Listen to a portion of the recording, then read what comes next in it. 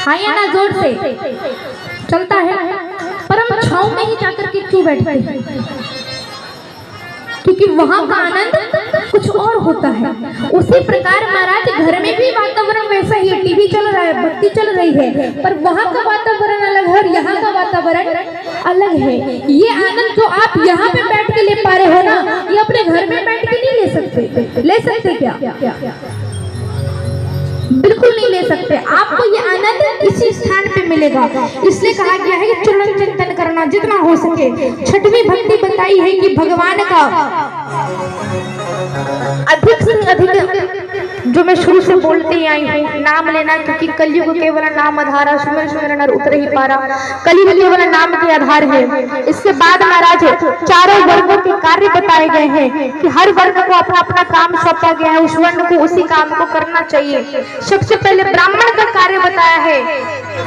देखना, जो जातिवादी करते हैं ना, हमेशा याद रखना, जाति नहीं होती है, वर्ण होते हैं, जिसे वेद ने बनाया, जिसकी वर्णन वेद में किया गया है। कितने वर्ण होते हैं?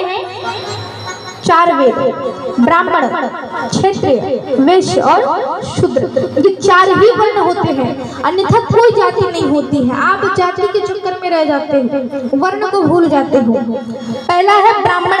ब्राह्मण का कार्य बताया है कि ब्राह्मण को अधिक से अधिक यज्ञ कराना चाहिए, यज्ञ करना चाहिए, वेद पढ़ना चाहिए, वेद पढ़ाना चाहिए, ज्ञान लेना चाहिए और ज्ञान देना चाहिए, साथ ही साथ दान लेना चाहिए और दान देना भी चाहिए। ये ब्राह्मण का कार्य बताया है। क्षत्रिय का कार्य बताया है कि इन्हें ब्राह्मणों की सेवा करनी चाहिए।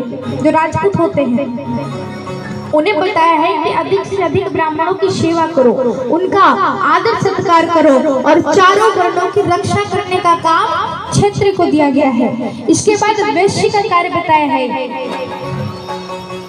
कि उन्हें भी ब्राह्मणों की सेवा करनी चाहिए और अधिक से अधिक व्यापार करके दान धर्म करना चाहिए। ये बात वैश्य के बारे में बताया है। महाराज चौथा वर्ण शूद्र है। शूद्र का कार्य है महाराज, हम और आप मंदिर में जाके पूजा करते हैं ना, लेकिन शूद्र को इस बात का आशीर्वाद है कि अगर वो मंदिर की सीढ़ी को भी प्रणाम कर लेना, तो हम जो पूजा जाकर के करते हैं, नारियल फोड़ते हैं ना, उसी का फल उन्हें प्राप्त हो जाता है। केवल सीढ़ी को छूने से, केवल सीढ़ी को प्रणाम कर लेने से, मंदिर की सीढ़ी को छू लेने से ही शूद्र को पूजन का पूरा फल प्राप्त हो जाता है।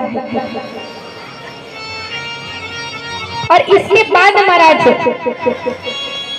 2 विशेष धर्म बताए गए हैं, जिसका नाम है सद्वा धर्म और दूसरा है विधवा धर्म।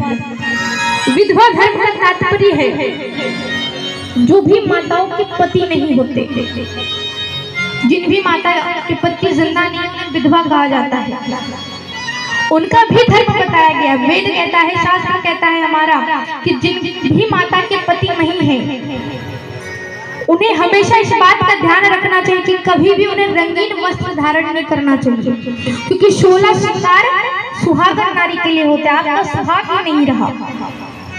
तो इसलिए उन्हें कहा गया है कि आप कभी भी रंगीन वस्त्र धारण ना करें, सफेद वस्त्र धारण करें। इसलिए आपके पति को उस लोक में शांति प्राप्त होती है, उनकी आत्मा नहीं भटकती है, क्योंकि सफेद रंग शांति का विषय है। और अगर आप रंगीन वस्त्र पहनते हो ना, तो जैसे जैसे आप रंगीन वस्त्र पहनते हो, जितना पहनते हो उतना ही आपके पति को भोगना पड़ता है, तड़पना पड़ता है जाकर के। इसलिए ध्यान देना कि कभी भी पति के जाने के बाद रंगीन